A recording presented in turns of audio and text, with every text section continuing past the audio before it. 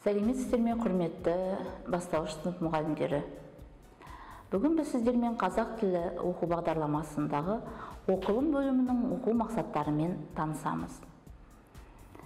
Оқу бағдарламасында оқылым бөлімі бойынша 6 оқу мақсаты берілген. Бұл оқу мақсаттары мәтін түрі мен оның құрылымдық бөліктерін анықтау, мәтіннің негізгі ойын, тақырыбын анықтау, мәтіндегі лексикалық бірліктердің мағынасын түсіну, дерек көздерден қажетті ақпаратты алу, мәтіндерге салыстырмалы талдау жасау және мәтін мазмұны бойынша сұрақтар қою, жауап беру оқу мақсаттарынан тұрады. Бастауыш сыныптағы ең маңызды дағдылардың бірі бұл оқушының өз бетінше түсініп оқуын қамтамасыз ету. Сондықтан да оқу жоспарында бұл оқу мақсаттарына қол жеткізудің әдіс тәсілдерінің бірі бірлесіп оқу әдісі мен бағытталған оқу әдісі нақты жазылып көрсетілген.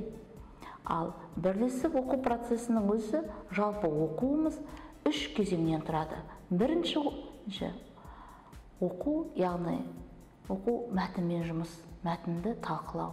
Екінші кезеңінде біз сол мәтіндер оқыған бірнеше мәтіндер негізінде алдағы жазба жұмысына идеялар жинақтауымыз керек. Яғни мақсатты түрде көркем сөздерді, бейнелі сөздерді, немесе сөз мағыналарын ашып, осыны өз сөздік қорына толықтыру.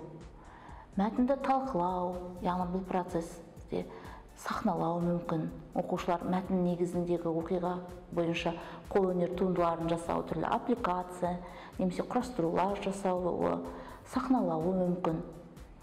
Ал үшінші кезеңде осы оқығаны, жинақтаған идея талқылаудың барлығының негізгісі құрастыру.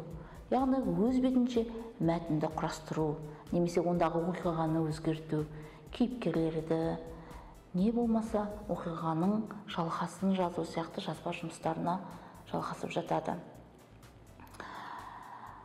Оқушыларға өз бетінше оқу тек қана оқулықпен шектелмеуі тиіс.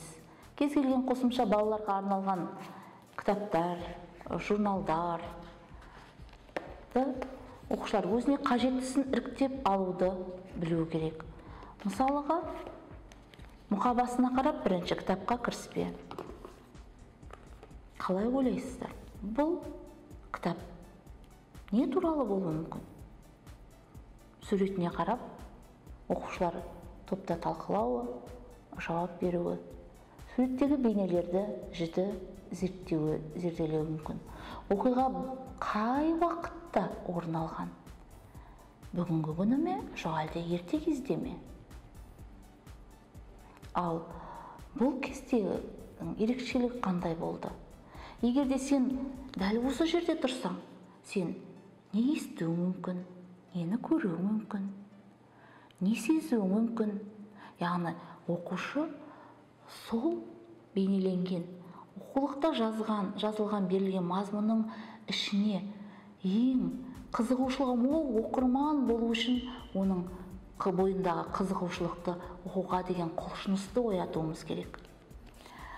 Екіншіден, бұл мәтінді түсіну үшін оқушының оқу дағдысы, яғни тұтас оқу. Екінші сыныптың оқушысы тұтас оқу дағдысы қалыптасуы керек. Сондықтан біз оны алдын ала қандай оқушының оқу дағдысы қай дәрежеде екенін өзіміз үшін анықтап, үнемі біліп отыруымыз керек.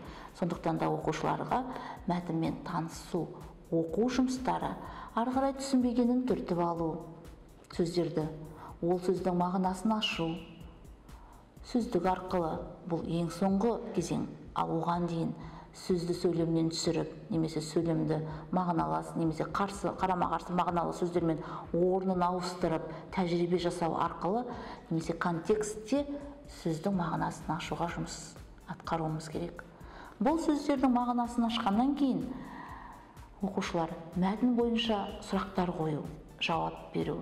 Бұл мәтіндегі оқиғаны келесі мәтіндегі мысалыға оқиғамен салыстыру, кейіпкерлерді салыстыру, олардың бойындағы жақсы қасиеттерді, жағымды бейнесін, олардың сипаттауы, немесе жыл мезгілінің сипатталуын болсын салыстырып, бір-бірімен өз пікірін айта білуі керек. Оқушылардың өз бетінше оқуын ұйымдастыру үшін мұғалім мәтінмен жұмысқа аса назар аударып және оқушының әрбір жеткен жетістігін дұрыс бағалап, кері байланыс жасай білуі керек. Сол үшін де мәтінге қайта оралып, сұрақтар қою арқылы мәтінді толық түсінген негізін білуге болады. Мәтінді сахналау барысында міндетті түрде кейіпкерлердің образын барлық бейнесін жасап, оны бейнелеу емес, сол мәтіндегі түйінді негізгі ойға жетелейтін, тәрбиелік мағынасын ашатын тұсын көрсету. Және сол кездегі кейіпкердің сезімі қандай болды, ол не ойлауы мүмкін, неліктен, ал бұл жағдайды түзетуге бола ма? Бұл кейіпкердің іс-әрекетін қалай ақтап алуға болады?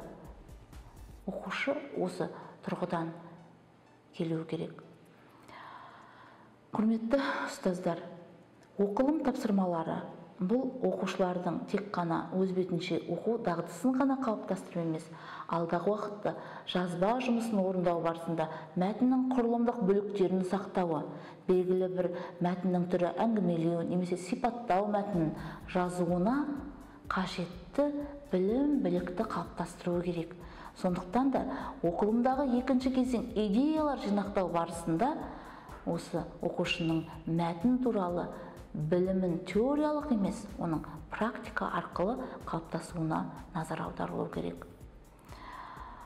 Оқылым бұл оқушының жазба, тыңдалым, айтылым, жазылым, тыңдалым, айтылым бөлімдері оқу мақсаттарымен бірге интеграцияда жүзеге асырылады.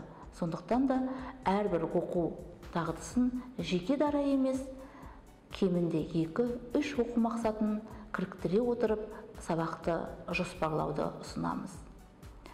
Осымен бүгінгі сессиямыз аяқталды. Тыңдағандарыңызға рахмет.